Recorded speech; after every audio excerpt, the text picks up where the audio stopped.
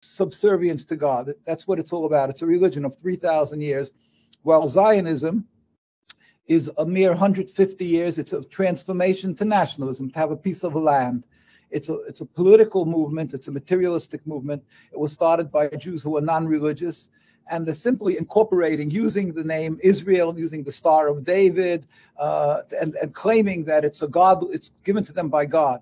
And we who are following the Torah, who are true to the Torah, stand up adamantly refuting what they're saying. The Torah clearly states that we shall not kill, we shall not steal, and the whole concept is strange, is totally antithetical to our teachings, contradictory. The Jewish community had been living together with the Muslim community and the Christian community, and since this movement started, and since they gained hold in the land and eventually got rule over the land, there's been endless bloodshed.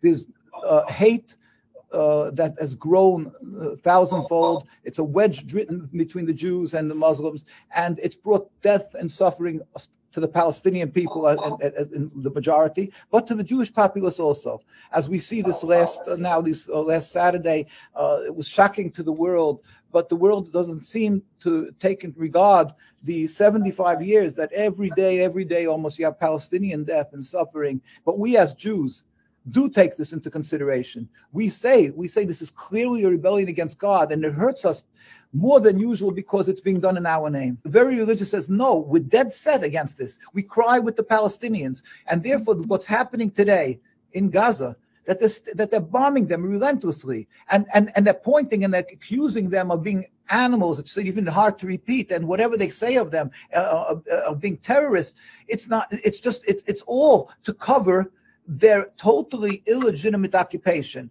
And to that, I'll bring a simple proof. We lived together, the Jewish community, for hundreds of years in Palestine, in Egypt, Morocco, Tunisia, Iran, in all the countries we lived and flourished as religious Jews amongst religious Muslims without any human rights groups to protect us. We always lived together. We babysat each other's children, even though we have a distinctly different religion. And it was never a cause of animosity. All that changed is the introduction of Zionism, the control of the land. And since that came, which is not 1948, it's in the 1890s or so, and they started coming in and taking over the lands, since then there's death and suffering, the Palestinians and of the Jews, because they are creating this fear, this hate, this estrangement.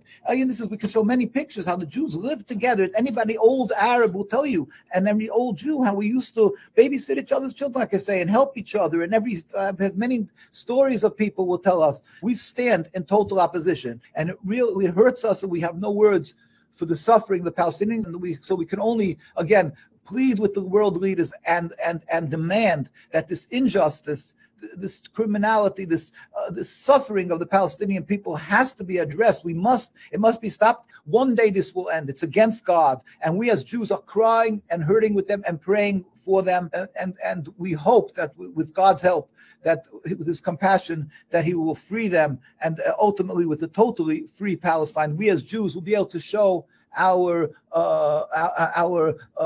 tremendous gratification for the fact that we were embraced and taken in when we suffered in Europe. We went through crusades, inquisitions. It was the Muslim countries that took us in, and we flourished there. So we should be able to show again our gratefulness, and not to watch how they're being vilified. We hope it will happen soon in our days, and we apologize that what's being done in the name of Judaism.